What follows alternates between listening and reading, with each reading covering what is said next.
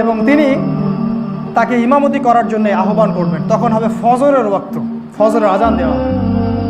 কিন্তু ঈসা আলাইহিস সালাম ইমামতি করবেন না। তিনি বলবেন ইমামুল মাহদিকে, আপনি ইমামতি করেন, কারণ এই উম্মতের জন্য ইমামতিকে ফরজ করা হয়েছে। আমি নবী হিসেবে আসিনি, আমি উম্মাহ হিসেবে এসেছি।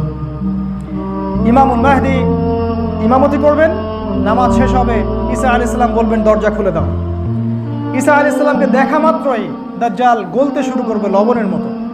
ঈসা আলাইহিস সালামের হাতে দাজ্জাল নিহত হবে, হত্যা করা হবে, কারণ একজন সত্যিকারের মাসিহ মিথ্যা মাসিহকে হত্যা করবে। এরপরে ইসলামের বিজয় হবে।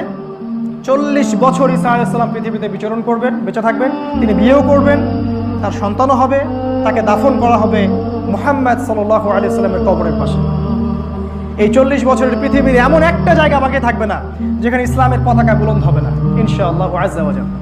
এমন একটা গ্রাম, একটা শহর বাকি থাকবে না যেখানে ইসলামের হুকুমত কায়েম হবে না। পৃথিবীর কোনো শক্তি এটাকে ঠেকাতে পারবে না।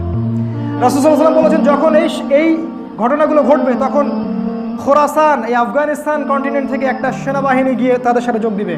তোমরা যদি ওদেরকে পাও, বরফের উপরে হামাগুড়ি দিয়ে হলেও তাদের সাথে যোগ দিও। এটা রাসূলের কথা, আমরা বলছি না তারা কারা। সময়, টাইম উইলসে, সময় বলে দিবে। এরপরে 40 বছর পৃথিবীতে খেলাফত কায়েম থাকবে। তারপরে মানুষ আবারও খারাপ হওয়া শুরু করবে। মানুষ এতটা খারাপ হবে, রাস্তার মধ্যে জেনা করবে, একবারে রাস্তার মধ্যে। আল্লাহ রাসূল সাল্লাল্লাহু আলাইহি ওয়াসাল্লাম বলছেন, এই মানুষগুলোর সামনেই কিয়ামত সংঘটিত হবে। এখন এই ঘটনাগুলো আমি কেন বললাম?